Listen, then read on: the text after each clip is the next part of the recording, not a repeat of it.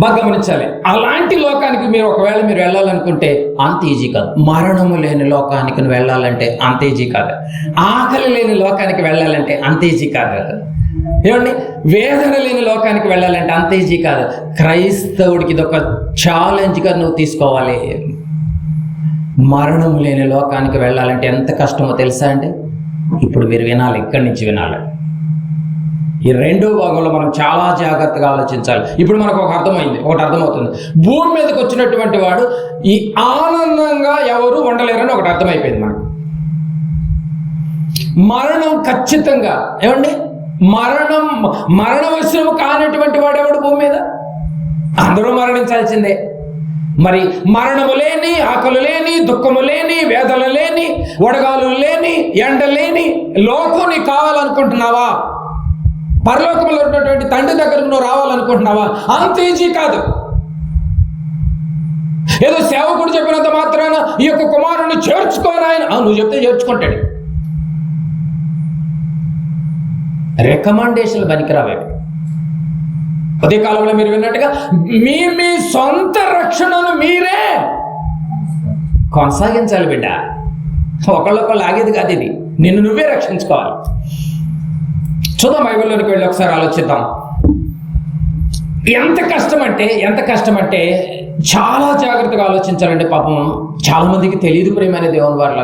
ఏదో వెళుతున్నాం, వస్తున్నాం, బైబిల్ పట్టుకుని మందిరానికి వెళుతున్నాం. ఆదివారం 6 రోజులు పని చేసుకుంటున్నాం. 7 రోజు మందిరంలో కలిసి వస్తున్నాం. హ్యాపీగా 10 రూపాయలు కానుకేసుకొస్తున్నాం. ఏమండి, ఆశీర్వాదం ప్రార్థనలో తలంచుకుని అమ్మాయి ప్రశాంతంగా చర్చలో గడిపాం అన్నటువంటి ఆలోచనతో బల తీసుకుని వస్తున్నామే తప్ప, నిజమండి, పరలోకం వెళ్తాం అంత ఈజీ కాదు. ఇక నుంచి మీరు చాలా జాగ్రత్తగా వినాలి. అపోస్తుల కార్యములు 14వ అధ్యాయం. అర్థమైనట్టుగానే ఉంటుంది, కానీ అర్థం కాదు మీకు. కానీ అర్థం చేసుకోవడం ప్రయత్నించండి. అపోస్తుల కార్యములు 14వ అధ్యాయము 22వ వచనాన్ని చదువుకుందాం. 14:22. ఏమండి, 14:22 మరొకసారి చదువుకుందాం. శిష్యుల మనస్సులను దృఢపరిచి, పౌలు గారు శిష్యులకి వివరించి చెప్తున్నాడు. శిష్యుల మనస్సులను దృఢపరిచి విశ్వాసమందు నిలకడగా ఉండవలెననియు. ఈ పదాన్ని మీరు అండర్లైన్ చేసుకోండి. అనేక శ్రమలు, ఎన్ని శ్రమలు? అనేక శ్రమలు అనుభవించి, అంటే ఖచ్చితంగా నువ్వు అనుభవించాల్సిందే. అనేక శ్రమలు అనుభవించి మనము దేవుని రాజ్యంలో ప్రవేశింపవలెనని వారిని బతిమాలెననుందా? హెచ్చరించింది. సేవకుడు అనేవాడు సంఘానికి ఏం చేయాలని చెప్పాడు పొద్దుని ఉదయకాలపు ఆరాధనలో? హెచ్చరిక చేయాలంటే సేవకులు ఏం చేశారంట? హెచ్చరికను మర్చిపోయారంట. హెచ్చరికను మారచితిరి. మళ్ళీ పౌలు గారు గుర్తు చేస్తున్నాడు. మీరు పరలోకం వెళ్ళాలి అంటే, మీరు దేవుని రాజ్యంలో ప్రవేశించాలి అంటే అనేక శ్రమలు అనుభవించి మనము దేవుని రాజ్యంలో ప్రవేశింపవాలని వారిని హెచ్చరించరు. 31st నైట్కి వాగ్దానాలు ఇది పెట్టి రేపు రావాలి ఎవరికో వాళ్ళకి. అసలు నువ్వు ప్రింట్ చేయించినటువంటి 100 కార్డుల్లోనూ పెట్టేసాయి, అనుమానం లేకుండా. ఎవరికి? అందరికి ఇదే వచ్చింది. అందుకని అందరూ పరలోకం వెళ్ళాలి కదండి.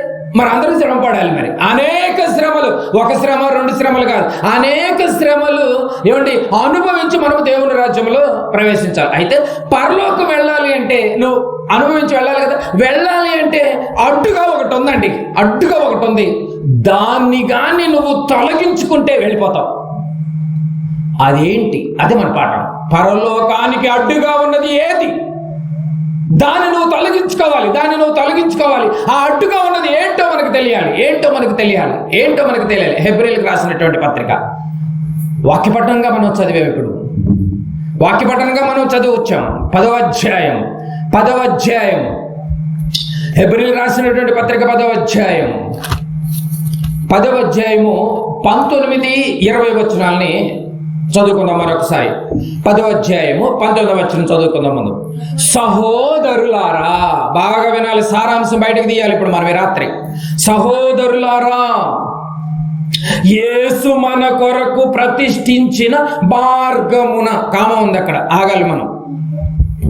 ఏంటంటే అండి, సహోదరులారా, యేసు మన కొరకు ప్రతిష్ఠించిన మార్గమున నుండి చూడండి. మార్గమున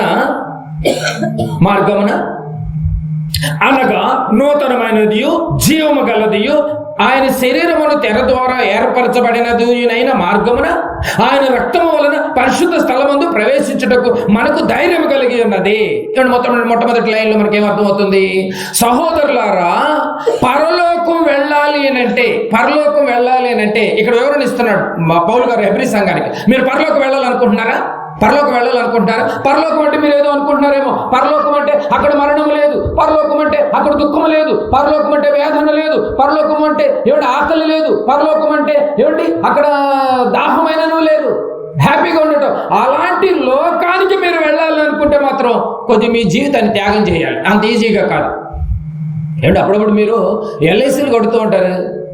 ఏంటి ఎల్ఐసి ఫస్ట్ రోజు బాండ్ రాగానే నీకు వచ్చేసినట్ట? ఏంటి ఫస్ట్ ఇన్స్టాల్మెంట్ కట్టగానే నీకు బాండ్ ఇచ్చేస్తాడు. బాండ్ ఇచ్చేయగానే నువ్వు కట్టిన 20 లక్షలు ఇచ్చేస్తాడు. ఏంటి అప్పుడే 20 సంవత్సరాలు దేకి కట్టాలి నువ్వు.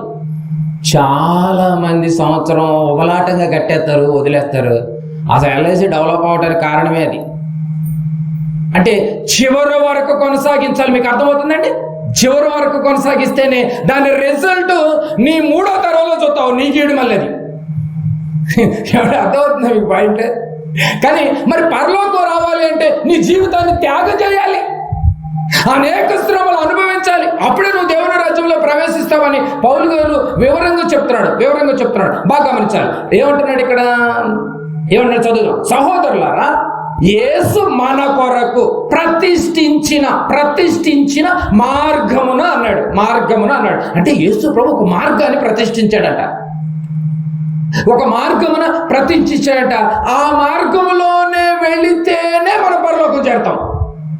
అర్థమవుతుంది లేదండి? అర్థమవుతుంది. ప్రతిష్ఠ అంటే ఇక కదలనిది ప్రతిష్ఠించేసాడు. ఒక మార్గాన్ని ప్రతిష్ఠించాడు.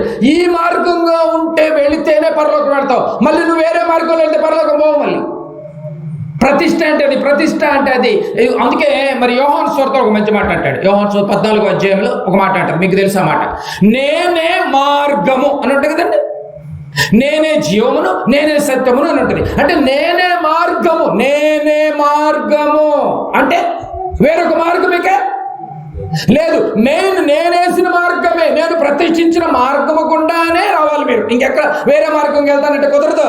రూట్ నేనే అంటున్నాడు పౌలు గారు హెబ్రీ సంఘానికి రాస్తున్నాడు. ఇదిగో యేసు మన కొరకు ప్రతిష్ఠించిన మార్గమున అంటే యేసు వేసిన మార్గములో గుండానే వెళ్ళాలి తప్ప వేరే ఏ మార్గములో నుంచి వెళతానని నువ్వెన్ని విశ్వ ప్రయత్నాలు చేసినా కూడా నువ్వు అని పౌలు గారు చక్కగా చెప్తున్నాడు. మార్గము అంటే వెళ్ళేది, అంతే కదండి. మార్గం అంటే వెళ్ళేది అంటే నాలాగా బ్రతికితేనే వెళతారంటున్నాడు యేసు ప్రభుల వారు. నేనే మార్గం అంటే యేసు ప్రభులాగా బ్రతికితేనే ఆ మార్గం గుండా మనం వెళ్తాం, లేకపోతే వెళ్ళాం. అంటే యేసులాగా మనం బ్రతకాలి. యేసు ప్రభులాగా బ్రతకకపోతే ఆ మార్గంలో మనం వెళ్ళలేము. ఆల్రెడీ వేసేసాడంట మార్గం. నువ్వు కొత్త మార్గాలు వేయడానికి నువ్వు ప్రయత్నం చేయక, యేసు చేసిన మార్గం గుండానే ఎవరైనా వెళ్ళాలని నువ్వు చెప్పాలి. యేసు చెప్పే మార్గంలో గుండానే వెళ్ళాలి. మార్గం అంటే వెళ్ళేది. అదే చెప్తున్నాడు చూడండి. యేసు మన కొరకు ప్రతిష్ఠించిన మార్గమున గుండానే వెళ్ళాలి. అనగా నూతనమైనదియు జీవము గలదియు చదవండి. ఆయన శరీరమును తెర ద్వారా ఏర్పరచబడినదియునైన మార్గం ఓపెన్ చేస్తున్నాడు. ఇప్పుడు మార్గాన్ని ఓపెన్ చేస్తున్నాడు. అంటే నూతనమైనదియు జీవము గలదియు ఆయన శరీరమును తెర ద్వారా ఏర్పరచబడినటువంటి మార్గము. ఏంటి శరీరమైన తెర అంటాడేంటి? అసలు ఈ తెరలు నుంచి వచ్చినాయి ఏమిటి మీకు అర్థమవుతుందండి? ఏదో ఒక మార్గం వేసాడంట. శరీరమును తెర అనేటటువంటి మార్గం దాటుకుంటూ వెళ్ళాలని అంటున్నాడు. ఏమిటి ఈ తెరలు ఎక్కడ కనపడతాయి? మరి మనకి తెర అంటున్నాడు కదండి. మరి ఈ తెరలు మనకి ఎక్కడ కనపడతాయి? బాగా గమనించాలి. ఏమిటి చర్చిలో మీరు చాలా గమనించగలిగితే అందరూ కూర్చునేది ఒక హైట్లో ఉంటుంది, ఒక హైట్లో ఉంటుంది. సేవకుడు కూర్చునేది మరో హైట్లో ఉంటుంది. మీరు గమనించారా? అంటే అక్కడ ఉద్దేశం ఏంటి? అందరూ కూర్చునేది పరిశుద్ధ స్థలము, సేవకుడు కూర్చునేది అతి పరిశుద్ధ స్థలం. బాగా గమనించారు. ఈ ఎగ్జాంపుల్ అర్థమైతే ఇది అర్థమవుతుంది. అందుకని మీరు అందరూ కూర్చునే ప్లేస్లో ఇష్టం వచ్చినట్టుగా తిరుగుతారు కదండి. మరి సేవకుడు కూర్చునే అడుగు ఫీట్లో ఉన్నటువంటి హైట్లోకి ఎవరైనా వెళ్ళగలుగుతారా? విడి రోజు అయితే అందరూ వెళ్తారేమో, పర్టికులర్గా ఆరాధన జరిగేటప్పుడు మాత్రం వెళ్ళరు, భయపడతారు కూడా. ఎందుకు? అది అతి పరిశుద్ధ స్థలముగా ఎత్తుగా కనపడుతుంది. అంటే ఇది అతి పరిశుద్ధ స్థలం అని పాస్టర్ గారు కూర్చునేది అతి పరిశుద్ధ స్థలం అని, అందరూ కూర్చునేది పరిశుద్ధ స్థలం అని. ఏమండి, మనకి ఈ వేరియేషన్ ఎక్కడి నుంచి వచ్చిందని అంటే ధర్మశాస్త్రంలో ఉంది ఇది. ఏమండి, పరిశుద్ధ స్థలము, అతి పరిశుద్ధ స్థలము, ఈ రెండింటికి అడ్డుగా ధర్మశాస్త్రంలో ఏముండేదంటే, ఏమండి, ధర్మశాస్త్రములో బాగా గమనించాలి, ధర్మశాస్త్రములో ప్రత్యక్ష గుడారం ఉండేదండి. ఒక గుడారం ఉండేది. ఆ గుడారంలో నంబర్ 1 పరిశుద్ధ స్థలం ఉండేది, అందరూ కూర్చునేది. రెండవదిగా అతి పరిశుద్ధ స్థలం ఉండేది. ఇది అర్థమవుతుంది. పాత నిబంధనలో అతి పరిశుద్ధ స్థలము, పరిశుద్ధ స్థలం. మొట్టమొదటిగా పరిశుద్ధ స్థలం కనిపించింది ధర్మశాస్త్రంలో, మొత్తం టోటల్గా గుడారం లోపల ఉంటుంది అంతా. ఇక రెండవదిగా అతి పరిశుద్ధ స్థలం ఉండేది. ఈ రెండింటికి మధ్య మన లాంగ్వేజ్ చెప్పాలంటే ఒక కర్టన్ ఉండేది, తెర అంటారు దీన్ని. అర్థమవుతుందండి? అంటే ఇప్పుడు తెర అక్కడ అతి పరిశుద్ధ స్థలము, తెర అక్కడ పరిశుద్ధ స్థలం అని చక్కగా ఉండేది. ఇప్పుడు కొత్త నిబంధన వచ్చిన తర్వాత యేసు ప్రభుల వారు దీనికి ఏమండి కొంచెం మాడిఫై చేసేసి దాని వెర్షన్ చేంజ్ చేశాడు. ఏం చేశాడంటే, భూలోకంలో ఉన్నటువంటి ఈ భూలోకం మీద ఉన్నటువంటి ఏమండి ఆ పరిశుద్ధ స్థలాలన్నీ పాడైపోయినాయని కూడా చెప్తాడు. అవి శాపగ్రస్తం అయిపోయినాయని కూడా చెప్తాడు. యెరూషలేము దేవాలయాలు కూడా ఇంక్లూడింగ్ ప్రవక్తల నోటి నుంచి కూడా చెప్తూ ఉంటారు. పరిశుద్ధ స్థలాలు అనేవి లేవు, పరిశుద్ధ మేడలు గోపురాలు అనేవి లేవు. రైట్. అయితే టోటల్ గా సంఘాలన్నీ కూడుకునేది పరిశుద్ధ స్థలము. ఇప్పుడు అతి పరిశుద్ధ స్థలం ఎక్కడుంది? పాస్టర్ గారు కూర్చునేది అనకండి. అతి పరిశుద్ధ స్థలం పరలోకం అని చెప్పాడు. ధర్మశాస్త్రంలో పాస్టర్ గారు సేవకుడు కూర్చునేదేమో అతి పరిశుద్ధ స్థలం అని చెప్పాడు, ప్రజలందరూ కూర్చునేది పరిశుద్ధ స్థలం అన్నాడు. కొత్త నిబంధనకు వచ్చరికి అసలు అతి పరిశుద్ధ స్థలం భూమి మీద లేదు. ఇక సేవకుడు కూర్చునేది అనకండి. అందరూ ఈక్వల్, అందరూ సమానమే. ఇప్పుడు ఓవరాల్ గా అందరూ పరిశుద్ధ స్థలంలోనే ఉన్నారు. ఇప్పుడు మీకు పాత నిబంధనలో పరిశుద్ధ స్థలంలో నుంచి అతి పరిశుద్ధ స్థలానికి వెళ్ళాలంటే గట్స్ లేవు ఎవరికంటే వాళ్ళకి, దమ్ములు లేవు, గుండెలు జారిపోతాయి. పాత నిబంధన అది. కొత్త నిబంధనలో అంత పరిశుద్ధ స్థలంలోనే ఉన్నారు. ఇప్పుడు అతి పరిశుద్ధ స్థలానికి వెళ్ళాలి, అది పరలోకం. ఆ పరలోకానికి వెళ్ళాలంటున్నాడు. అంటే పరిశుద్ధ స్థలము, అతి పరిశుద్ధ స్థలం అనేవి ఈ రెండు వేరుగా ఉండేవి, ఈ రెండు వేరుగా తేడాగా ఉండేవి. ఈ రెండింటి మధ్య తెర ఉండేది పాత నిబంధనలో తెర ఉండేది. అతి పరిశుద్ధ స్థలానికి ఎప్పుడు పడితే అప్పుడు వెళ్ళేవాళ్ళు కాదు, ఎవరు పడితే వాళ్ళు వెళ్ళేవాళ్ళు కాదు. ఎందుకు? ఆ అతి పరిశుద్ధ స్థలంలో ధర్మశాస్త్రం ఉండేది. అర్థమవుతుందా? ధర్మశాస్త్రం ఉండేది. ఒక చిన్న పెట్టె ఒకటి ఏర్పాటు చేసి ఆ పెట్టెలో ఒక మందసాన్ని పెట్టేవాళ్ళు. మళ్ళీ ఎవరంటే వాళ్ళు ముట్టుకోవటానికి ఊరు లేదు. ఇప్పుడు ఈ అతి పరిశుద్ధ స్థలంలో ఉన్నటువంటి ఈ మందస్సము, ఈ ధర్మశాస్త్రము ఏమంటే ఆ మందస్సాన్ని ఏ ఊరు తీసుకువెళ్ళినా కూడా ఆ ఊరికి ఆశీర్వాదమే పాత నిబంధనలో. అర్థమవుతుందా? ఈ ఊరిలో ఏదైనా ప్రాబ్లం ఉందనుకో, ఆ ఊరు తీసుకెళ్తే ఆ ఊరు బాగు పడిపోద్ది. ఎక్కడైనా యుద్ధంలో బలహీనంగా ఉన్నారనుకో ఇశ్రాయేలీయులు, ఈ మందసాన్ని పెట్టుకుని యుద్ధం చేస్తే విజయాలు వాళ్ళవే. అర్థమవుతుందండి మీకు? తేడా అర్థమవుతుందా? ఈ విజయాలు వాళ్ళవే. అయితే ఇప్పుడు ఏం జరుగుతుందనంటే ఏమండి, మళ్ళీ వాటి కాపలా, మళ్ళీ కెరూబులు ఏమండి 2 రెక్కలతో కాపలా కాస్తూ ఉండేవాళ్ళు. ఎవరు? ఈ దూతలు. ఈ అతి పరిశుద్ధ స్థలంలో ధర్మశాస్త్రంలో అక్కడికి వెళ్ళగలిగే ధైర్యం ఇద్దరికే. ఎవరికి? ఇద్దరికే.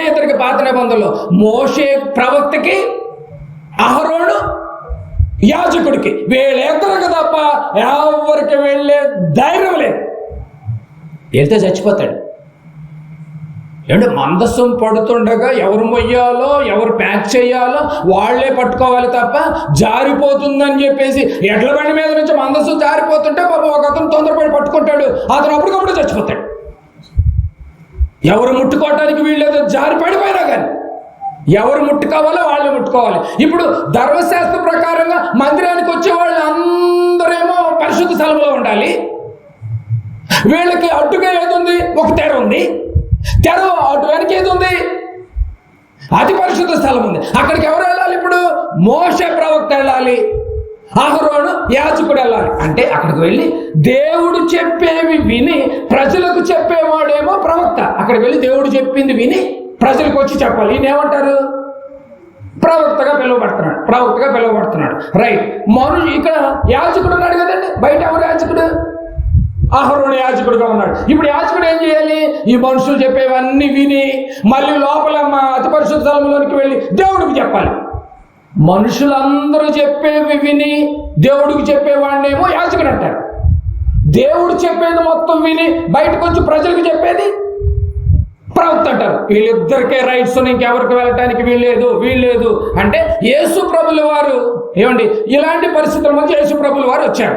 ఇప్పుడు యేసు ప్రభుల వారు 2 క్యారెక్టర్లు చెప్తాడు ఆయన.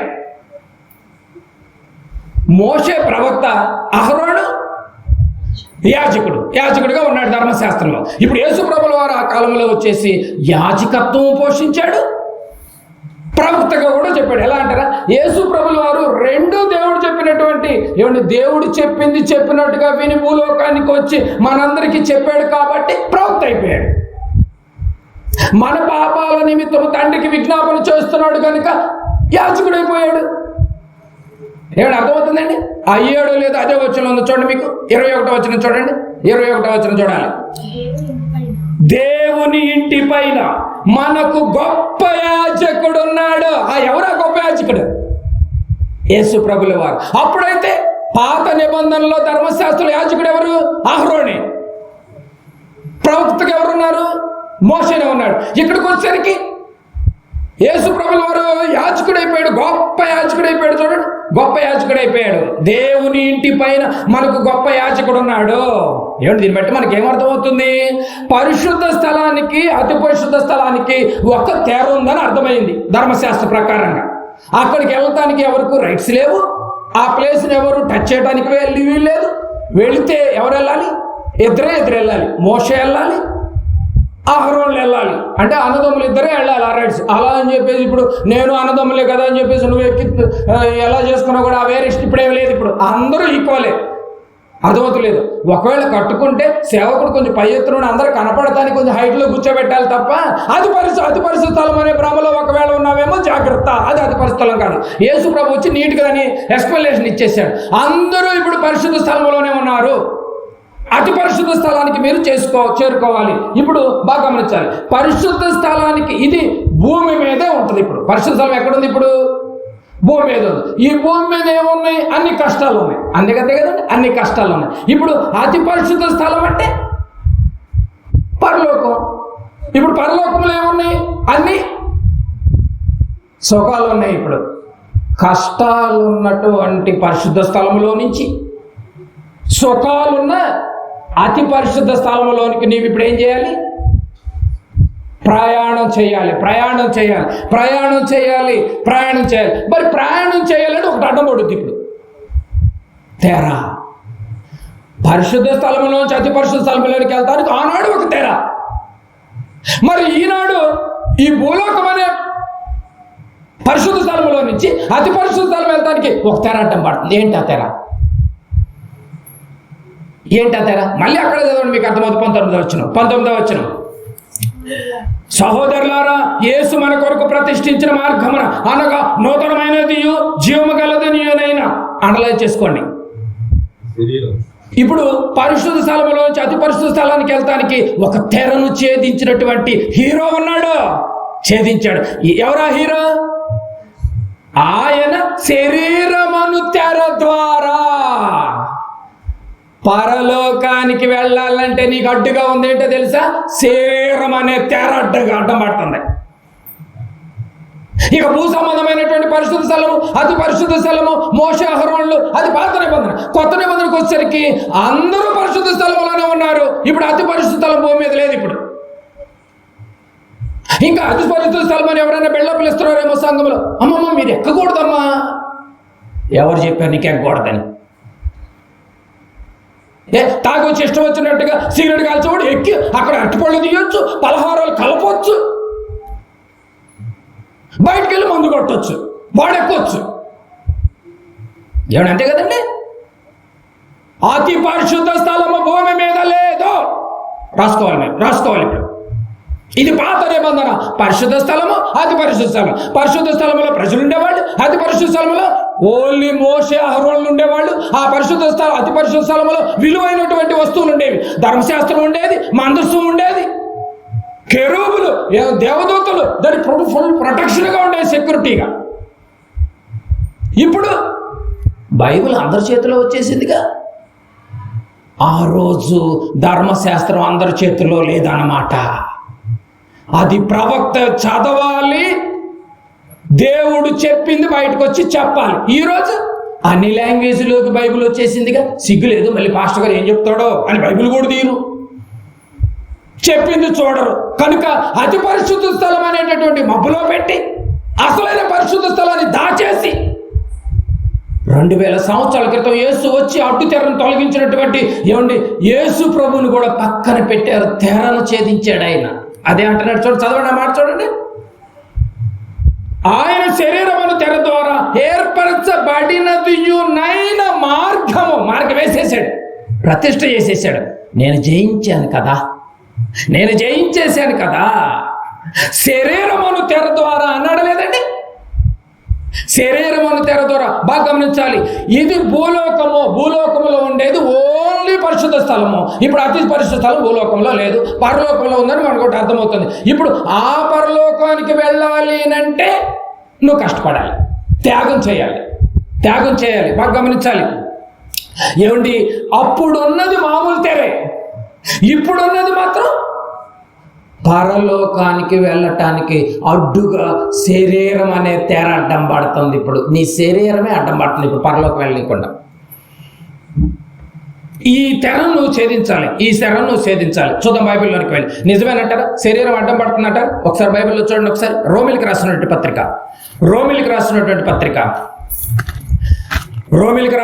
పత్రిక 7వ అధ్యాయం.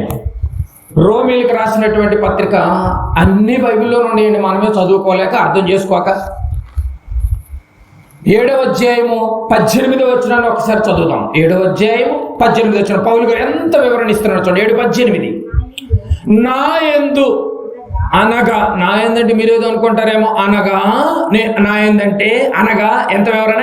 అనగా నా శరీరమందు మంచిది ఏదియు నివసింపదని పౌలు గారికి అర్థమైపోయింది. ఈ శరీరం అనే ఈ అడ్డంబడి ఈ తెరలో మంచిది ఏది లేదండి, నెలలే కూడా చేస్తున్నట్టు ఈ శరీరం అని తెర. మంచిది ఏదియు లేదని నేను ఎరుగుదును, మేలైనది చేయవలెననియు కోరిక నాకు కలుగుచున్నది కానీ చేయుటకు నాకు కలుగుటలేదు. అంటే అడ్డం పడుతుంది ఎవరు? ఇప్పుడు శరీరం అడ్డం పడిపోతాను. ఇది వెళ్ళలేవు, ఈ శరీరం వెళ్ళలేవు. శరీరం వెళ్ళనిచ్చుద్దండి, అన్నిటి దగ్గర కూర్చొనిచ్చుద్ది. డ్రామాల దగ్గర కూర్చొనిచ్చుద్ది, సీరియల్ దగ్గర కూర్చొనిచ్చుద్ది, సినిమాల దగ్గర కూర్చొనిచ్చుద్ది, రాజకీయం దగ్గర కూర్చొనిచ్చుద్ది, అన్ని దగ్గర కూర్చొనిచ్చుద్ది. కానీ సదస్సుల దగ్గర మాత్రం నేను కూర్చొనేది. అంటే నీకు అడ్డపడుతున్నా లేదా? వింటే నువ్వు మారిపోతావు. అందుకే ఈ దేహాన్ని అక్కడ తీసుకెళ్ళదు. ఆ దేహాన్ని అక్కడ పడే కాకు, నువ్వు వేరే చోట పెట్టు.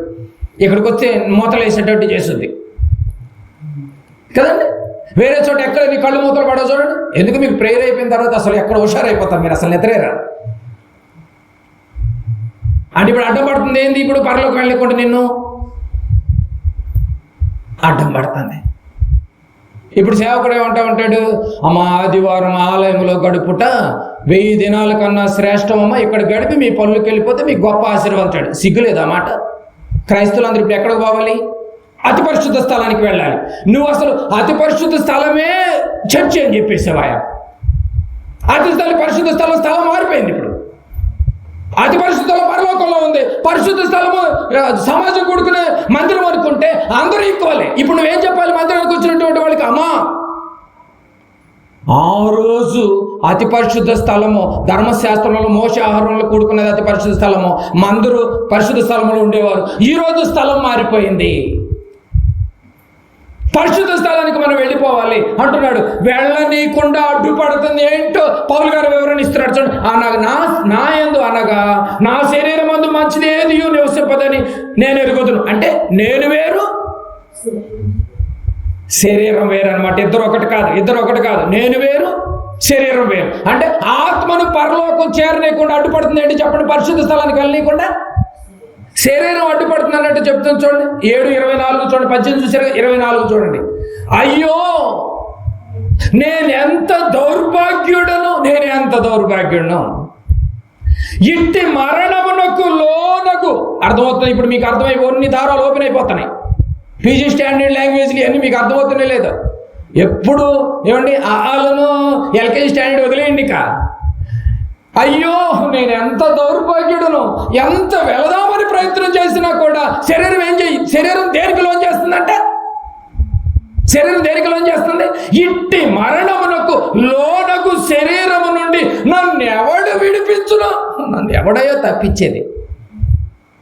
నేనేమో పరలోకం అతి పరిశుద్ధ స్థలానికి వెళదామని, శరీరమేమో వద్దు నువ్వు చచ్చిపోన్న మాటిని.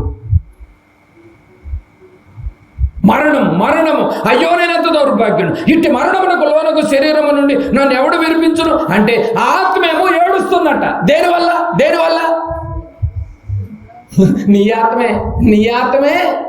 నీ ఆత్మే ఏడుస్తుందంటండి ఈ శరీరం వలన. ఏమండి ఎంత భక్తిలో ఉన్నా ఈ శరీరాన్ని విడిచిపెట్టాల్సిందే ఒకరోజు. నిజమా కాదండి? ఎంత భక్తిలో ఉన్నా ఈ శరీరాన్ని విడిచిపెట్టాల్సిందే, మరణానికి లోనవ్వాల్సిందే. ఇట్టి మరణములకు లోనకు శరీరము నుండి నన్ను ఎవడు విడిపించును? నన్ను దగ్గర ఆత్మను పెట్టుకోండి. అక్కడ ఆత్మను ఎవడు విడిపిస్తాడు? ఇప్పుడు ఆత్మను ఎవడు విడిపిస్తాడు? అడ్డుగా ఉన్నది ఏంటి? ఇప్పుడు అతి పరిస్థితులకు వెళ్ళలేకుండా అడ్డుపడుతుంది ఏంటి? శరీరమేమో మరణానికి లోన్ చేస్తానంటుందంట. వద్దు, నువ్వు మరణానికి అనవసరం, ఎందుకు ఈ బాధలు ఇబ్బందులు ఎందుకు? హ్యాపీగా ఉండు, నువ్వు ఈ ప్రేయర్లు ఇవన్నీ నీకు అనవసరం కదా. మరణానికి లోను చేస్తున్నట్టు చూడండి. దీన్ని తొలగించి, అంటే ఇప్పుడు శరీరం అనే తెరను తొలగించుకుని వెళ్ళాలంటే, ఇప్పుడు మనం శరీరం అనే తెర ఉంది చూసారంటే, ఈ తెరను తొలగించుకుని వెళ్ళాలంట. పరలోకానికి అడ్డుగా శరీరం ఉంది, దీన్ని తొలగించుకొని నీ ఆత్మను పరిశుద్ధ స్థలానికి పంపించగలవా? నువ్వు పంపలేవు.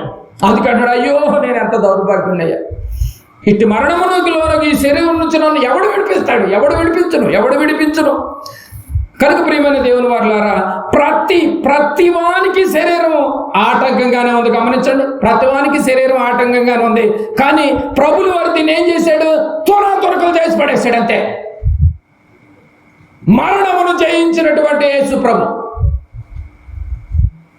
కదండి. అలాంటి టైంలోనే అపవాది వచ్చి ఆలయ శిఖరాల మీదకి తీసుకువెళ్ళి పెంచేశారండి. ఏమండి అలాంటప్పుడు చిన్న పిల్లల్ని ఎవరు రాలేదు, చిన్న రౌడీలు రాలేదు ప్రభు దగ్గరికి. మెయినోడు వచ్చాడు. చూసావండి, నీ దగ్గరికి మెయినోడు రావాల్సిన అవసరం ఏమి లేదు. ఏమండి అపవాది మెయిన్ హీరో కదండి, వాడు మెయిన్ వెళ్ళాడు.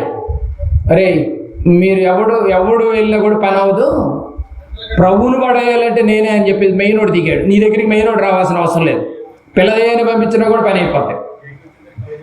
ప్రభు దగ్గరికి మెయినోడు వచ్చాడండి. చూసుకో, ఈ రాజ్యముల మహిమ మొత్తం నీకు ఇస్తాను, ఛాన్స్ చూసుకో అన్నాడు. చూసారండి, ఎక్కడ కొట్టాలి అక్కడ కొట్టాడు. చూసారండి దెబ్బ. దేవుని పిల్లలైనటువంటి నీ తండ్రి పంపగా వచ్చినట్టు మీ పిల్లలందరూ చూసుకేమైపోయారు. ఈ రాజ్యముల మహిమ నీకు ఇవ్వాలి అంటే నా కాళ్ళకు మొక్కు అన్నాడు. చూసారండి,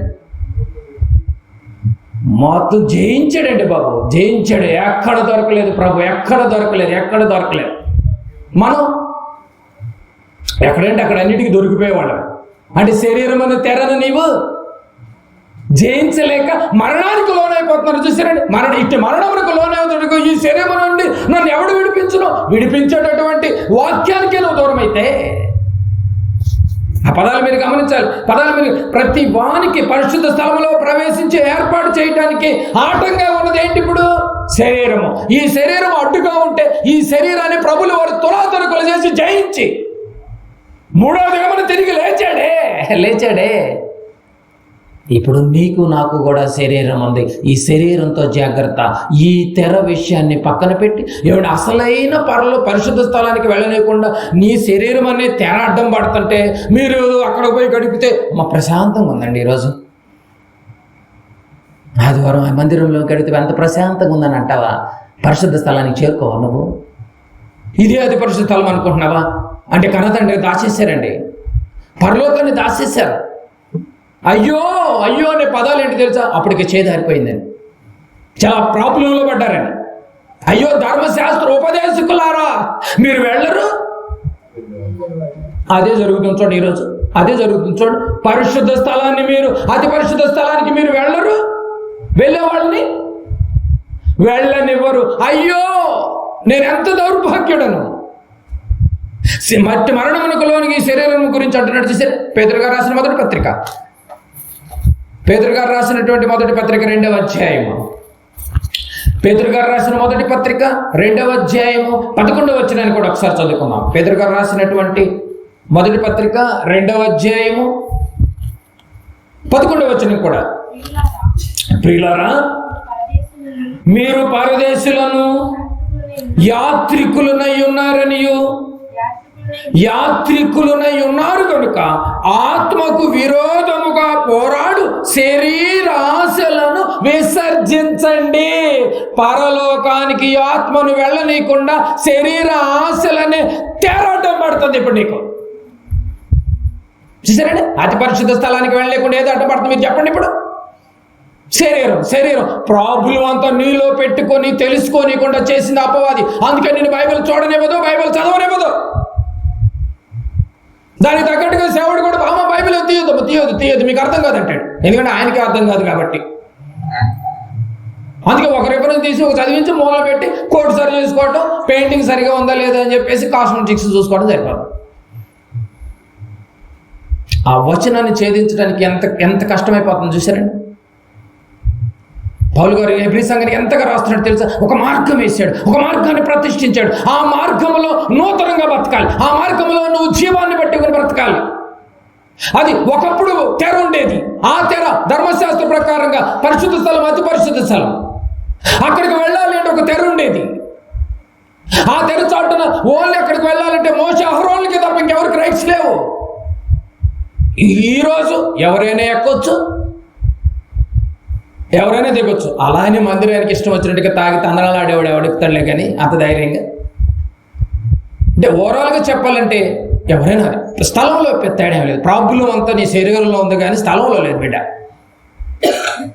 ఏమంటే అంతే కదా, ప్రాబ్లం అంతా నీ శరీరంలో ఉంది కనుక చాలా జాగ్రత్తగా ఆలోచించాలి. మీరు పరదేశులను యాత్రులై ఉన్నారు కనుక ఆత్మకు విరోధముగా ఉన్న పోరాడు శరీరాన్ని విసర్జించు, విడిచిపెట్టు. అది చాలా డేంజర్లో ఉంది. ఉదయకాలంలో మీరు విన్నారు కదండి, 3 విషయాలు డేంజర్లో ఉన్నాయి. ఇప్పుడు అసలైన డేంజర్ ఎక్కడ పడింది? శరీరం. రోమిలికి రాసిన పత్రిక 8వ అధ్యాయం, రోమిలికి రాసినటువంటి పత్రిక 8వ అధ్యాయం ముగించేసుకుంది. మీకు అర్థమైపోయి ఉండాలి. వచనాన్ని ఛేదించడానికి 1 అవర్ పడుతుంది మనకి. చాలా మంది చదివించే తీసేస్తారు వాక్యపట్నం. 8వ అధ్యాయం 12వ వచనం, రోమిలికి రాసినటువంటి పత్రిక 8వ అధ్యాయము 12వ వచనం కూడా చదువుకుందాం. కాబట్టి సహోదరులారా శరీరానుసారముగా ప్రవర్తించుటకు మనము శరీరమునకు రుణస్థులము కాము. శరీరానుసారంగా ప్రవర్తించుటకు మనము శరీరమునకు రుణస్థులం కాదంటండి. శరీరం చెప్పినట్టుగా నడవటానికి శరీరానుసారంగా మనం రుణస్థులమేం కాదు. దానికి రుణమేమి లేదంట. రుణం దేవునికి రుణం ఉన్నాము. ఆత్మ సంబంధమైనటువంటి కార్యక్రమాలు చేయకుండా మనం ఎన్నో దేవునికి దూరం అయిపోయాం. అసలు ఆత్మలు కన్నటువంటి తండ్రికి రుణంగా ఉన్నాం మనం. కానీ అందరూ శరీరానుసారమైనగా మనకు రుణస్థులు కాదని చెప్తున్నాడు. కనుక ప్రియమైన దేవుని వారలారా బాగా గమనించాలి. ప్రియమైన దేవుని వారలారా 10వ అధ్యాయం 19, 20 ఇప్పుడు చదవండి, మీకు అర్థమవుతుంది. హెబ్రీయులకు రాసినటువంటి పత్రిక 10వ అధ్యాయము 12వ వచనం, 10వ అధ్యాయము 12వ వచనం, 19, 20 వచనాలు క్షమించండి. సహోదరులారా, ఇప్పుడు అర్థమవుతుంది. వచ్చిన సారాంశం మీకు అర్థమవుతుంది చూడండి. సహోదరులారా యేసు మన కొరకు ప్రతిష్ఠించిన మార్గం ఒకటి ఉంది. అప్పటి వరకు మార్గాలు ఎలా ఉన్నాయి? పరిశుద్ధ స్థలం, అతి పరిశుద్ధ స్థలం ధర్మశాస్త్ర ప్రకారంగా ఒక మార్గాన్ని చూపించాడు. తర్వాత అనగా నూతనమైనది, ఇప్పుడు నూతనం చేసేసాడు. నూతనమైనది, జీవము గలది, నేనే జీవం, నేనే మార్గం, నూతనం అయిపోయింది. ఎవరి ద్వారా? ఆయన శరీరమును తెర ద్వారా ఏర్పరచబడినది నైన మార్గం ఆయన చేశాడు. దేని ద్వారా వేసాడు ఇప్పుడు మార్గం? శరీరం అనే తెర. నేను అడ్డుగా ఉన్న ఈ శరీరం అనే తెరను జయించాను. ఆ మార్గమున ఆయన రక్తము వలన పరిశుద్ధ స్థలమునందు ప్రవేశించుటకు మనకు ధైర్యం కలిగి ఉన్నది. ఇలా బ్రతికితే నువ్వు ధైర్యంగా ఉన్నట్టే. అంటే ఇప్పుడు దేవుడు ఉన్నదే అతి పరిశుద్ధ స్థలం, ఈ మాట ప్రకారంగా మనం గమనిస్తే. గనుక దేవుని ఇంటి పైన మనకు గొప్ప యాజకుడు ఉన్నాడు. మనకు ధైర్యం కలిగి ఉన్నది. అక్కడికి వెళ్ళాలంటే ప్రభు ప్రతిష్ఠించిన మార్గము గుండానే వెళ్ళాలి. ప్రతి ఒక్కరు ఇప్పుడు శరీరాన్ని జయించాలి. ప్రతి ఒక్కరు ఏం చేయాలండి? శరీరాన్ని జయించాలి. ఈ శరీరాన్ని చేయడం అంత ఈజీ కాదు. ఈ శరీరాన్ని జయిస్తే ఆత్మ దేహంలో నుండి బయటకు వస్తే అతి పరిశుద్ధ స్థలంలోనికి ఆటోమేటిక్గా వెళ్ళిపోతాను. కన్ను మూసిన వెంటనే నువ్వు పరదేశకు వెళ్ళిపోయాడు, అతి పరిశుద్ధ స్థలానికి వెళ్ళిపోయినట్టేను. అదే పాత నిబంధన ప్రకారంగా ఉందనుకో, ఏమంటే ఇప్పుడు ఈ ఫీట్ అడుగు ఉన్నదానికి ఎక్కడం పెద్ద విషయం కాదు. బాగా గమనించలేదు. ఎక్కడెక్కడం ఈజీయే. ఏమంటే ఇక్కడెక్కడం ఈజీయే కాదండి. భూలోకంలో పరిశుద్ధ స్థలం, అతి పరిశుద్ధ స్థలం అని చెప్పేది పెద్ద ఈజీయే. కానీ భూలోకం అనే పరిశుద్ధ స్థలంలో నుంచి అతి పరిశుద్ధ స్థలమైన పరలోకానికి ఎక్కడం అంత ఈజీ కాదు. అక్కడికి వెళ్ళాలి అంటే శరీరాన్ని జయించాలి. ఏమన్నా జయించగలమంటారు? అక్కడికి వెళ్ళాలంటే శరీరాన్ని జయించాలి. ఎలా జయించాలంటారా? హెబ్రీయులకు రాసినటువంటి పత్రిక, చివరిగా ఈ మాట చూసుకుందాం. హెబ్రీయులకు రాసినటువంటి పత్రిక 7వ అధ్యాయం. హెబ్రీయులకు రాసినటువంటి పత్రిక 7వ అధ్యాయము, 5వ అధ్యాయం 7వ వచనం. శరీరధారి అయిన దినములలో ప్రాబ్లం అంతా శరీరంలో ఉందని యేసు ప్రభువుల వారికి అర్థమైపోయింది. శరీరధారి అయిన దినములలో మహారోధనతోను కన్నీళ్లతోను తన్ను మరణము నుంచి రక్షింపగలవానికి ప్రార్థనలను యాచనలను సమర్పించి భయభక్తులు కలిగి ఉన్నందున ఆయన అంగీకరింపబడెను.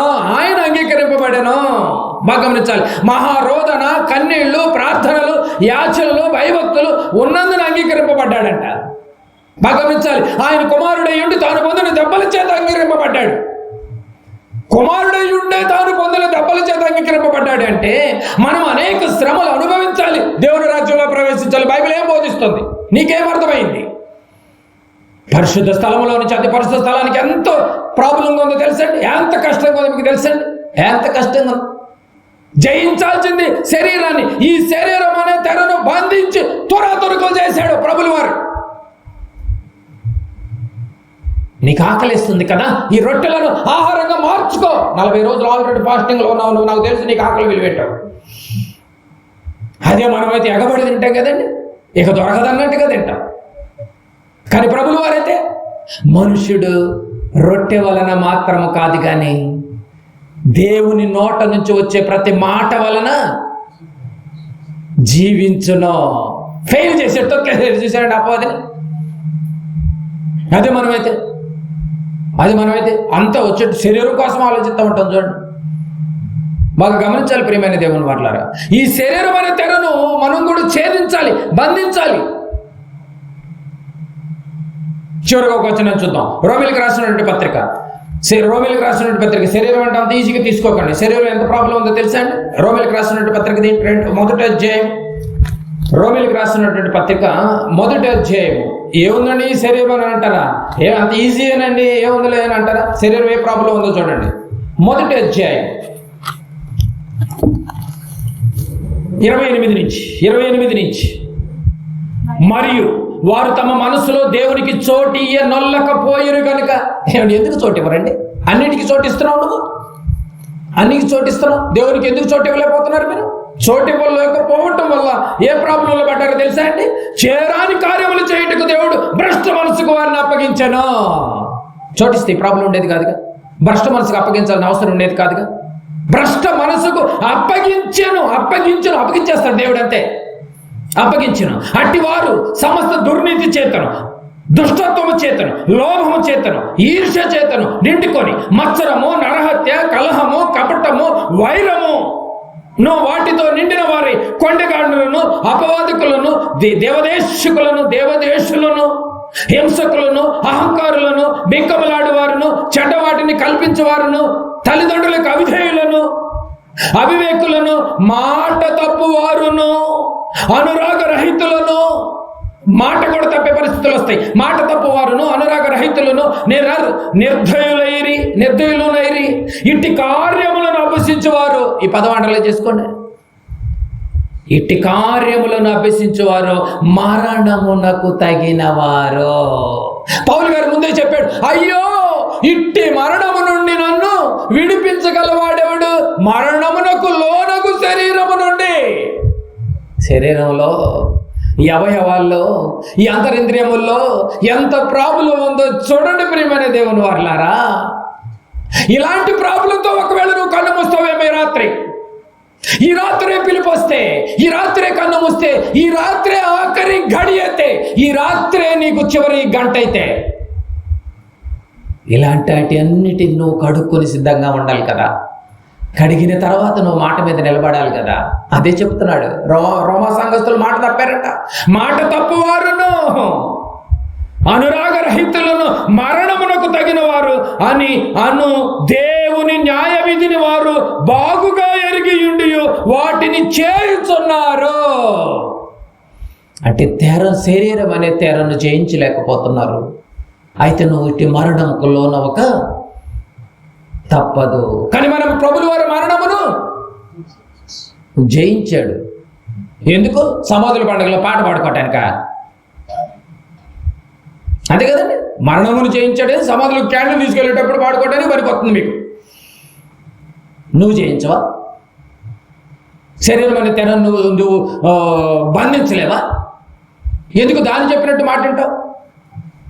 ఉదయకాలం మనం బైబిల్లో మనం చూసాం, దావీదు గారు హృదయంతోనూ మాట్లాడాడు, హృదయం దావీదు గారితో కూడా మాట్లాడింది. ఎందుకు నువ్వు శరీరానికి లోనైపోతున్నావు? మనం ఏమైనా రుణోత్సవం ఏంటి? శరీరాన్ని మేపటానికి వచ్చిన పని ఏంటి? మనం చేస్తుంది ఏంటి? అట్టివారు మరణమునకు లోనగు మరణమునకు తగిన వారు, మరణానికి తగిన వాళ్ళు అంటండి. దేవుని న్యాయ విధిని వారు బాగుగా ఎరిగియుండి వాటిని చేయిస్తున్నారు. ఇది మాత్రమే కాక వాటిని అభ్యసించు వారితో సంతోషంగా చాలా మంది సమ్మతిస్తున్నారండి. చాలా మంది సపోర్ట్ చేస్తున్నారు. సమ్మతిస్తున్నట్టు ఏంటి తెలుసా? సపోర్ట్ చేస్తున్నారు. మరణానికి వెళ్ళటానికి ఇష్టపడుతున్నారు. అలాంటి వారికి చాలా మంది సపోర్ట్ చేస్తున్నారట. శరీరాన్ని జయించి మరణాన్ని కూడా తప్పించుకొని, రెండవ మరణాన్ని తప్పించుకొని పరలోకానికి వెళ్ళటానికి అర్హత సాధించుకోవటానికి ఎవరు కూడా శరీరాన్ని తునాతునకులు చేయాలన్న ఆలోచన ఎవరికి లేకుండా పోతుంది. చూసారా? శరీరము ఎంత నిర్లక్ష్యం చేస్తే అంత పరలోకానికి నువ్వు దూరం చేసుకుంటున్నావని అర్థం. శరీరాన్ని నిర్లక్ష్యం చేస్తున్నావేమో. శరీరాన్ని ఎదిరించు. కోరికలకు కూడా ఒక లిమిట్ ఉంటుందండి. ప్రధానికి ఒక లిమిట్ ఉంటుంది కదండి. కోరికలకు కూడా ఒక లిమిట్ ఉంది. ప్రేమ దేవుడు ఎంతవరకు వాడుకోవాలి అంతవరకు వాడుకోవాలి. శరీరాన్ని కూడా ఇష్టం వచ్చినట్టు వాడితే మనమే తిరగబడుతుంది. నాకు అర్జెంట్ కావాలంటుంది. దానికోసం మనం ఏదైనా చేస్తుంది. అంతే కదా. శరీరం కోరిందంటే ఏమనుకుంటారు? ఈ శరీరం ఎక్కడైనా ఇష్టపడింది అనుకో, దేన్నైనా విలువగల ఆభరణాలని, అది ఖచ్చితంగా త్వరగా నీ ఒంటి మీదకి రావాలి. అది లేకపోతే ఊరుకోదు. అది దానికోసం విడాకులు తక్కువ వెళ్ళినటువంటి కేసులు కూడా ఉన్నాయి. నిజం కదా? మీరు చెప్పండి. ఏదైనా చేస్తుంది. శరీరం అంత డేంజర్లో ఉంది. శరీరాన్ని ఎదిలించండి. శరీర కోరికలకు ఒక లిమిట్ పెట్టండి. కంట్రోల్. ఒక గుర్రానికి ఏమంటే ఒక చిక్కం, కళ్ళం, ఒక పడవకు కూడా ఒక చుక్కాని. నీ శరీరానికి కూడా నువ్వు లిమిట్ పెట్టుకోకపోతే చివరికి అది ఏం చేస్తుంది తెలుసా? నిన్ను మరణమునకు లోను చేస్తుంది.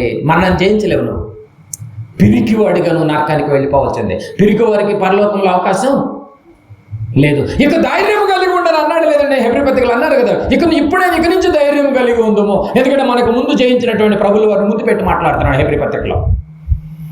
ముందు పెట్టి మాట్లాడుతున్నాడు. పరిశుద్ధ స్థలం అనే పరలోకానికి వెళ్ళాలి అంటే బాగా గమనించాలి. పరిశుద్ధ స్థలం అనే పరలోకానికి వెళ్ళాలంటే శరీరం అనే తెర అడ్డుగా ఉంది. ఈ తెరను మీరు దాటాలి. ఈ తెరను మీరు దాటాలి. దాటగలవా? ఈ రోజు నుంచి ఒక నిర్ణయం తీసుకోగలవు, ఒక మాట మీద నిలబడగలవా? లేకపోతే నిన్ను మరణానికి తీసుకెళ్తుంది ప్రియమైన దేవుని వారలారా. చావునకులోనే ఈ శరీరం ముందు పాపమును దయచేసి ఏలనివ్వకండి. ఎవరు వెళ్ళాలి? ప్రభు వెళ్ళాలి కదండి. ప్రభు వెళ్తే ఎంత బాగుంటుందండి. దేహము ప్రభువు నిమిత్తమే కానీ ప్రభు దేహము నిమిత్తము, దేహము ప్రభువు నిమిత్తమే. అంతేగాని ఇంకే దేవుని దేని కోసం ఏర్పరచబడలేదు. మంచి నిర్ణయం తీసుకోండి. ఉదయకాలం మన కొన్ని విషయాలు మనం గమనించాం. దేవుడు ఎంతగానో దేవుడు హెచ్చరిక చేసిన నువ్వు మారవా? హెచ్చరికలు లోను కాకపోతే దేవుడు అర్థాంతంగా నేను తీసేస్తాడని ఉదయకాలంలో విన్నాం.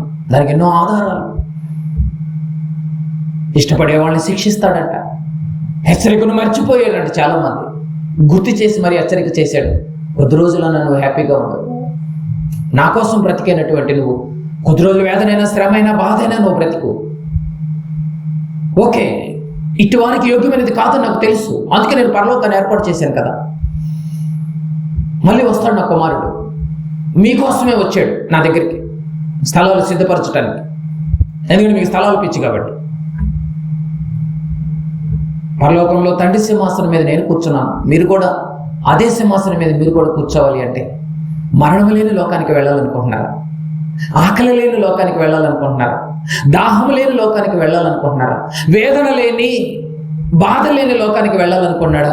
ఆయన సిద్ధపరిచి ఉంచాడు. ఆ లోకానికి తీసి వెళ్ళటానికి నా బిడ్డలైనటువంటి వారిని దేవదూతల సమూహంతో బయలుదేరి వస్తున్నాడు. రాబోతున్నాడు. ఏ రోజు వస్తాడో తెలియదు. అందరిని పోగు చేస్తారు వచ్చి. ఆ రోజు నువ్వు శరీర సంబంధమైనటువంటి వాటితో పడిపోయి శరీరం అనే తెరను నువ్వు జయించలేనటువంటి వారిని ఎడమ పక్కన పడేస్తాడు. శరీరం అనే తెరను జయించినటువంటి వారిని కుడి పక్కన పడేస్తాడు.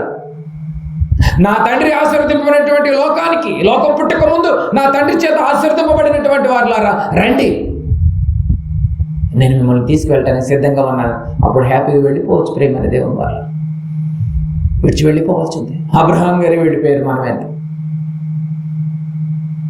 పెద్ద పెద్ద ప్రవక్తలు వెళ్ళిపోయారు, మనమేంత. ఇర్మియా గారు వెళ్ళిపోయారు, యెషయా గారు వెళ్ళిపోయారు. అంత పెద్ద యేసు ప్రభుల వారికే మరణము తప్పలేదు. ఆయన జయించి వెళ్ళిపోయాడు. నేను జయించిన ప్రకారం మీరును జయించుడి. లోకం మిమ్మల్ని ద్వేషిస్తుంది, అయినా మీరు ఓర్చుకోండి. ఎందుకు తెలుసా? మరణం లేని లోకం నేను ఇస్తానన్నాను కదా. ఆలోచించండి. పరలోకానికి వెళ్ళటానికి అడ్డుపడుతుంది ఏదో ఎవరో కాదు. పరలోకానికి వెళ్ళటానికి అడ్డుపడుతుంది మీరు ఏదో సేవకులు అనుకుంటున్నారు, వాళ్ళు సంఘంలో విశ్వాసులు అనుకుంటున్నారు, సహోదరులు అనుకుంటున్నారు. మెయిన్గా మీకు పరలోకంలో వెళ్ళటానికి అడ్డుపడుతుంది నీ శరీరమే, నా శరీరం. ఈ శరీరం అనేటటువంటి తెర అడ్డుగా ఉంది. ఈ తెరను దాటుకుంటే నీకు కనిపించేది తండ్రి, యేసుప్రభు, పరిశుద్ధ. ఒకప్పుడు పాత నిబంధనలో శరీరం అని తెరచాటున ఎవరున్నారు? మోషే, ఆహారంలో. ఆ కాలం అయిపోయింది.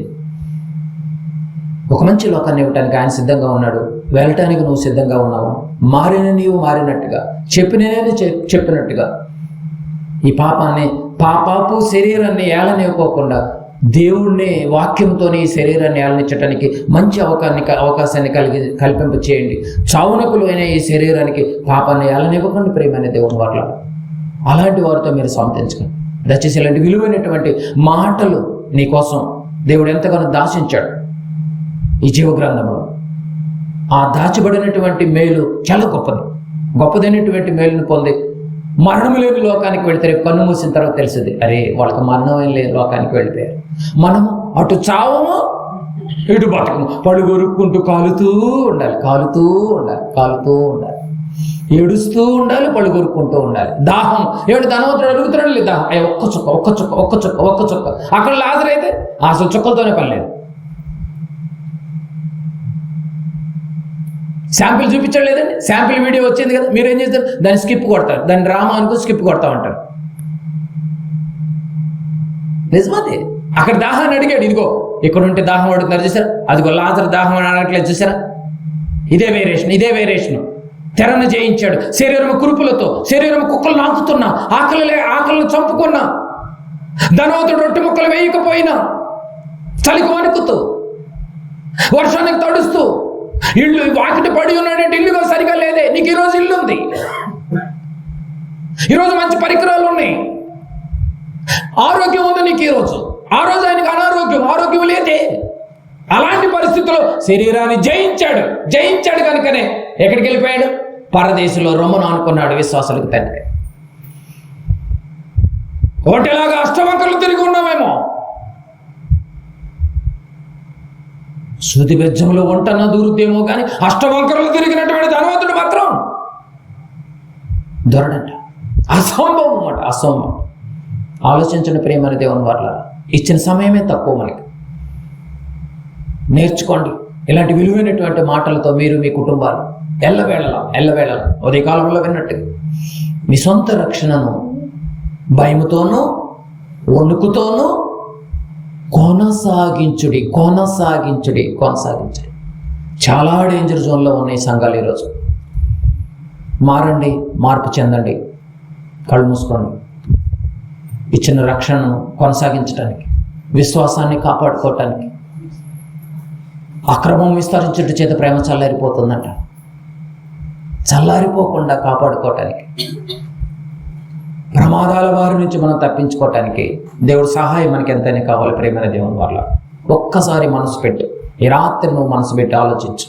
ప్రభువా, లోకములో మందిరములోనైనా మేము పరిశుద్ధ స్థలం నుంచి అతి పరిశుద్ధ స్థలానికి ఈజీగానే ఎక్కేయచ్చు నేను, కానీ ఈ భూమి మీద ఉన్న పరిశుద్ధ స్థలంలో నుంచి పరలోకం అనే అతి పరిశుద్ధ స్థలానికి చేరుకోవాలి అంటే నాయన ఒక తెర అడ్డుగా ఉంది నాయన.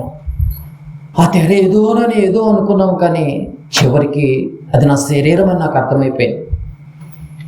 ఈ శరీరం అను కోరికలతో మమ్మల్ని చంపేస్తుంది నాయన. ఎవరు విడిపిస్తారంటే మీ సహాయం కావాలి, మీ సన్నిధి కావాలి. మీ సన్నిధి కాంతులు మాకు తోడుండాలి నాయన. మాకు ఇచ్చిన ఆయుష్కాలం దినదినము తరిగిపోతున్నాయి.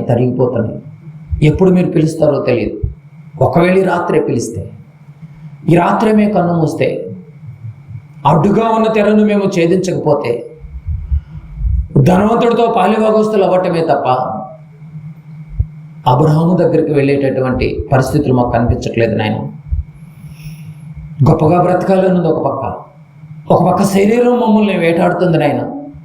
ఇలాంటి పరిస్థితుల మధ్య మీ ప్రియ కుమారుని మాకు మాదిరిగా ఉంచారు. మా చూపు, మా ఆలోచన, మా వినికిడి, నేనే మార్గము, నన్ను చూడండి. విశ్వాసానికి కర్త అయిన నిలువెత్తు స్వరూపమైనటువంటి నా ప్రియ కుమారుని చూడమని మీరు చెబుతున్నా మేము పట్టించుకోవట్లేదు నాయన. ఇక నుంచైనా మీ ప్రియ కుమారుని చూస్తూ జాగ్రత్తగా బ్రతికే మహాకృపను, మీ విలువైనటువంటి వాక్కులను హత్తుకుని బ్రతికే మహాకృపను మాకు దయచేయండి తండ్రి. ఇంత మంచి అవకాశాన్ని మాకు కల్పింపచేశారు.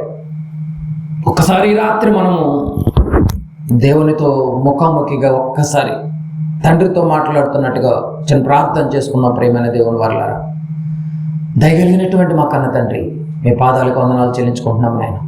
ఉదయకాలం నుంచి మరి మాకు ఎన్నో విషయాలు తెలియజేశారు నాయన. తల్లి గర్భములు అపురూపంగా పెంచుకున్నారు, ఎన్నో అవయవాలు చేశారు. పెరుగుతూ చిన్ననాటి నుంచి మేము హెచ్చరికలకు నాయన తిరుగుబాటు స్వభావం వచ్చింది. ఆ స్వభావము ఎక్కడా మారలేదు నాయన. సంఘములో ఉన్న సేవకుడు ఏమైనా చెబుతాడా అని సేవకుడు దాకా వస్తే, సేవకుడు కూడా హెచ్చరికను మరిస్తే, చివరకు మీరు రంగప్రవేశం చేసి 66 పుస్తకాలుగా ఉన్నటువంటి మీ వాక్కులతో ప్రతి వ్యక్తిని టచ్ చేశారు. ఆ వ్యక్తిలో నేనున్నాను నాయన. వాక్యము చెప్పేవాళ్ళని హెచ్చరిస్తాను, వినేవాళ్ళని హెచ్చరిస్తుంది నాయన. ఆ హెచ్చరికకు మేము లోనైతే, ఎవరినైతే మీరు ప్రేమిస్తారో ఆ ప్రేమించినటువంటి వాళ్ళని మీరు శిక్షిస్తారట నాయన. ఎందుకు శిక్షిస్తున్నారు అని అంటే, మీ దగ్గరికి చేర్చుకోవటానికి మీరు ఎంతగానో ప్రయత్నం చేస్తున్నారు. ఆ పరీక్షలు పెట్టారు. ఒకనాటి విశ్వాసులకు తండ్రికి పెట్టినటువంటి పరీక్షలో, శిక్షలో జయించాడు నాయన. కత్తి ఎత్తేంత వరకు కూడా నాయన మీరు మాట్లాడలేదు. చివరి గడియల్లో పరీక్షలో పాస్ అయినటువంటి అబ్రహాం గారు మాకు కనిపిస్తున్నారు తండ్రి. మేము ఈ శరీరం అనే తెరలో ఉన్నాము నాయన. ఈ తెర అడ్డుపడుతుంది నాయన. మీ దగ్గరికి రావాలి.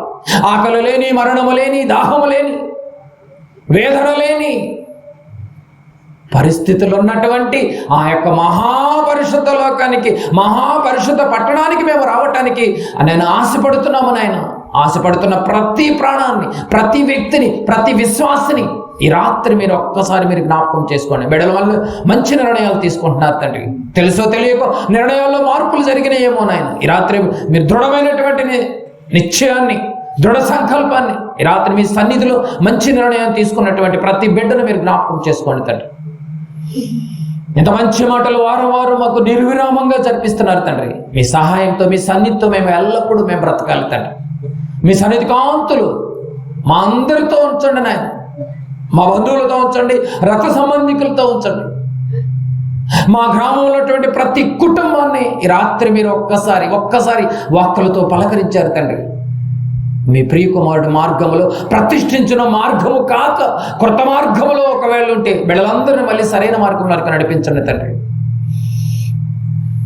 మీ సన్నిధి కాంతులు ఎల్లప్పుడూ మాతో ఉంచాలి తండ్రి. కన్ను మూసే రోజులు దగ్గర పడిపోయింది. కడవరి దినాలలో మాకు కావాల్సింది హెచ్చరికలతో కూడిన బోధనే చేయాలని మీరు చెబుతున్న హెచ్చరికలు లేని బోధలు జరుగుతున్నాయి తండ్రి. అందుకే మాలో మార్పులు రాలేదేమో. ఇంత వయసు వచ్చినా మమ్మల్ని టచ్ చేశారు నాయన. మీ వాక్కులతో మమ్మల్ని ఆకర్షించుకున్నారు తండ్రి. ఒక్కసారి మీరు జ్ఞాపకం చేసుకోండి తండ్రి.